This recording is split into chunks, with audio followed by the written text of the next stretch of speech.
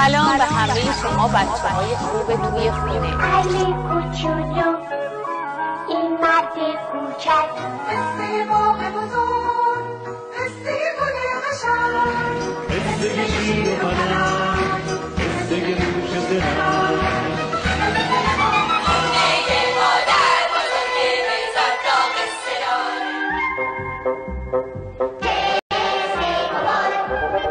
بچه‌ها شروع کنید.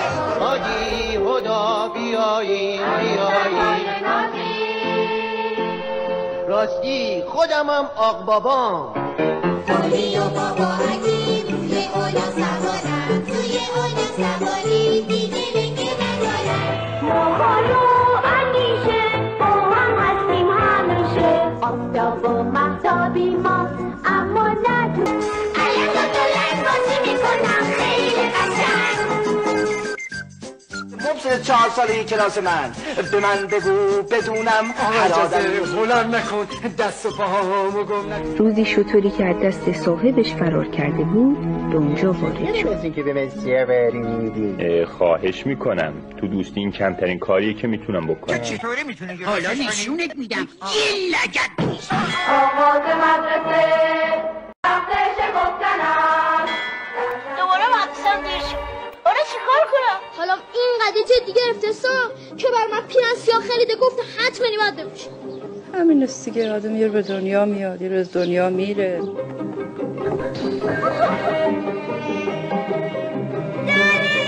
کجا هستی؟ کبریت نمیخوای خانم؟ کبریت دارم یخ میزنم. مادر بزرگ عزیز صبر کن منم بی. بچه‌های مدرسه والت. خب بچه‌ها حالا نتایج امتحانات رو اعلام. ماجراهای 15 پسر. یه موج بزرگ جنابان. تا چی میگی برایان؟ تو که کاپیتان نیستی. تو پسر خیلی خوبی هستی برایان. منو ببخش، من اشتباه کردم برایان. بله چی کار میکنی؟ زود باش برو. همون جفت شاختار. خواهش میکنم قوی باش همون جفت شاختار. چطوره بریم دنبالش؟ پسر حالت خوبه؟